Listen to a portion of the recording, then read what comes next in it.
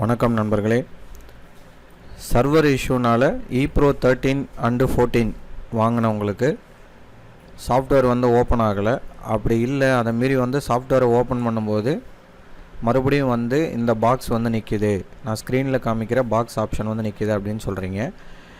இதை மறுபடியும் ரீஇன்ஸ்டால் பண்ணும்போது ஒரு ஸ்டெப்பு கவனித்து பண்ணணும். இது ஏற்கனவே நான் குறிப்பிட்டிருக்கேன், பட் மறுபடியும் எல்லா கஸ்டமரும் அதே மிஸ்டேக் தான் பண்ணுறீங்க. ஸோ இப்போ உங்களுடைய வாட்ஸ்அப் நம்பர் இதில் போடுறீங்க, கொடுத்துட்டு கெட் ஓடிபின்னு கொடுத்ததும் உங்களுடைய வாட்ஸ்அப் நம்பருக்கு ஓடிபி வரும். ஓகேங்களா?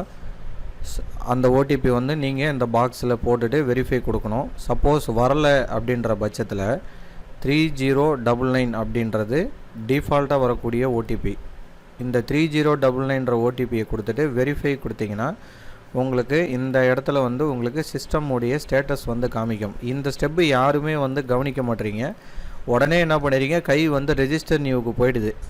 அங்கே போயிட்டு என்ன பண்ணுறீங்க, நேமு மொபைல் நம்பர் எல்லாமே ஃப்ரெஷ்ஷாக கொடுத்துட்டு ட்ரையல் வெர்ஷன் வருதுன்னு எனக்கு ஃபோட்டோ எடுத்து அனுப்புகிறீங்க. அந்த மாதிரி பண்ணிங்கன்னா அது புது ஐடியா தான் வாங்குகிற மாதிரி இருக்கும்.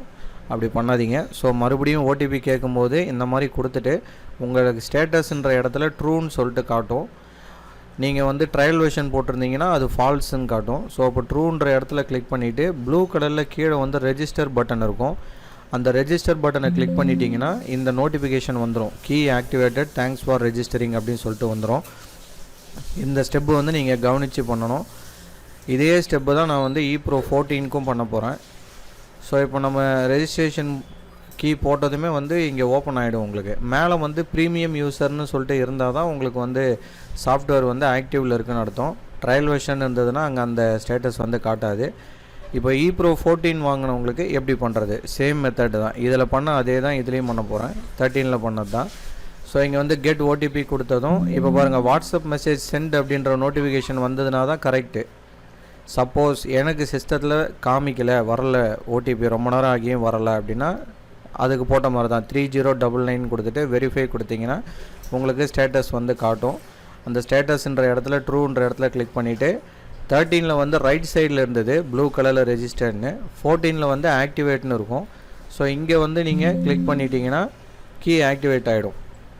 ஸோ மறுபடியும் நான் சொல்கிறேன், ஓடிபி போட்டதுக்கப்புறம் நீங்கள் நியூ ரெஜிஸ்ட்ரேஷன் பண்ணக்கூடாது. அப்படி பண்ணிங்கன்னா புது ஐடி வாங்குகிற மாதிரி தான் இருக்கும்.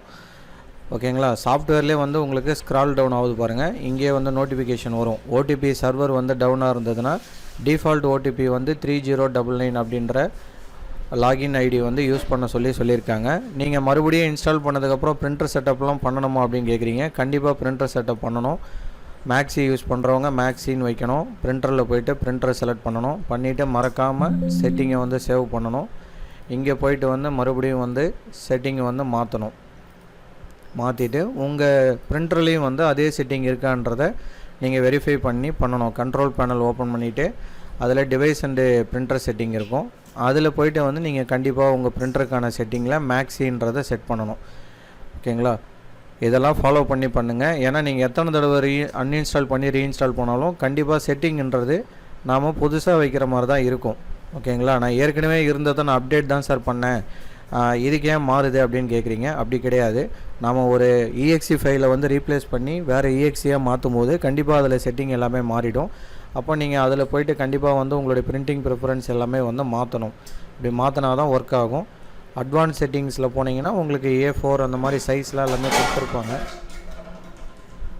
அப்போ சைஸ் நீங்கள் கண்டிப்பாக மாற்றிட்டு அதுக்கப்புறமா அப்ளை கொடுத்தீங்கன்னா அப்ளை ஆகும்.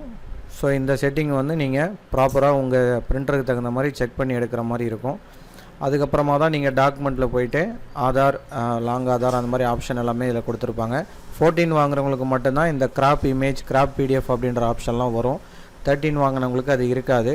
ஏற்கனவே 13 வச்சுருக்கவங்க 14 வேணுன்னா நீங்கள் அப்டேட் பண்ணிக்கலாம். அப்டேட் சார்ஜ் ரொம்ப கம்மி தான். ஸோ இந்த வீடியோ உங்களுக்கு பயனுள்ளதாக இருந்திருக்கும். தேங்க்யூ ஃபார் வாட்சிங்.